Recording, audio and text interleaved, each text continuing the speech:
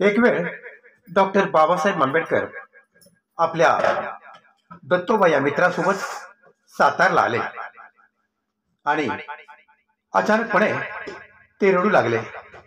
आई, मी आलोय. दत्तोबा, येथे माझ्या आईची अस्थी आहे. तिने आम्हा सर्व भावंडांना फार खस्ता खाऊन वाढवला आहे. त्या त्या पलीकडच्या पडक्या घरात आम्ही काही दिवस राहत होतो. काही दिवस आमची आई व भावंडे या सडकेवर खडी फोडून मोलमजुरी करीत होतो. मी या रानात लहानपणी खूप खेळलो आहे.